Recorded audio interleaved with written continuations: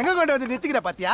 என்ன நடந்துச்சுன்னு தெரிஞ்சுக்கணும்னு நீங்க நினைச்சீங்கன்னா வீடியோ ஃபுல்லா பாருங்க. அண்ட் இதே போல இன்ட்ரெஸ்டிங் கண்டென்ட்ஸ்க்கு மறக்காம ஃபாலோ பண்ணிக்கோங்க. வணக்கம் நேயர்களே, தான் days of hope or rope சேலஞ்சில் நாள் 42 அண்ட் 43. ஏன்னா நாள் கண்டினியூஸா போயிட்டு இருக்கு, இன்னும் தூங்கவே இல்லை. டேரக்டா வீடியோக்குள்ள போயிடலாம். காலையில ஏஞ்சி என்னோட எல்லா சமாச்சாரத்தையும் முடிச்சுட்டு அம்மா கிட்ட போய் ஆஃபீஸ்ல தள்ளி விட்டு டாட்டா ஜிம்முக்கு வந்தாச்சு. ஜிம்ல இன்னைக்கு நமக்கு ஆப்ஸ் அண்ட் கார்டியோ தான். அதை முன்னிட்டு ஆப்ஸுக்கு தரமா 2 வேரியேஷன் போட்டு கார்டியோக்கு ட்ரெட்மில் வந்தாச்சு. 1 hour ஃபுல் இன்க்ளைன்ல மாங்க நடந்து முடிச்சுட்டு அப்படியே வீட்டுக்கு போனேன்.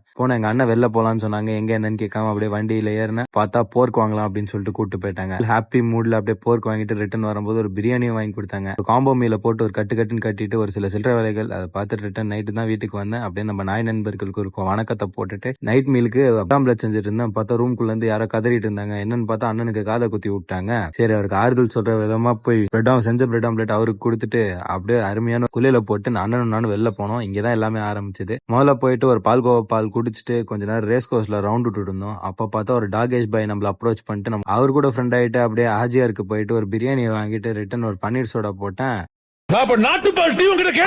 போலீஸ் வந்தாங்க, வண்டியை பறிமுதல் செஞ்சாங்க, ரோட்ல நடக்க விட்டாங்க. வீட்டுக்கு ரிட்டர்ன் வந்து பார்த்தா மணி 5:30. சரி, இதுக்கு மேல ஒண்ணும் ஆகாதுன்னு சொல்லிட்டு அப்படியே கட நம்ம ரெடி ஆயிட்டு போலீஸ் ஸ்டேஷன் போறதுக்கு ஆட்டோல ஏறியாச்சு. சுத்தமா தூக்கம் இல்லாம அப்படியே மிதந்துட்டு இருக்கேன். எல்லாம் மங்களா தெரியுது. அப்புறம் அப்படியே கஷ்டப்பட்டு போலீஸ் ஸ்டேஷனுக்குள்ள என்ட்ரி கொடுத்தாச்சு. உள்ள போய் கொஞ்ச நேரம் அப்படியே உட்காந்துட்டு இருந்தேன். எனக்கு முன்னாடி பார்த்தா எங்க அண்ணன் போலீஸ் ஸ்டேஷன்லயே ஜாலியா தூங்கிட்டு இருக்காரு, இருக்காடம் தெரியாம.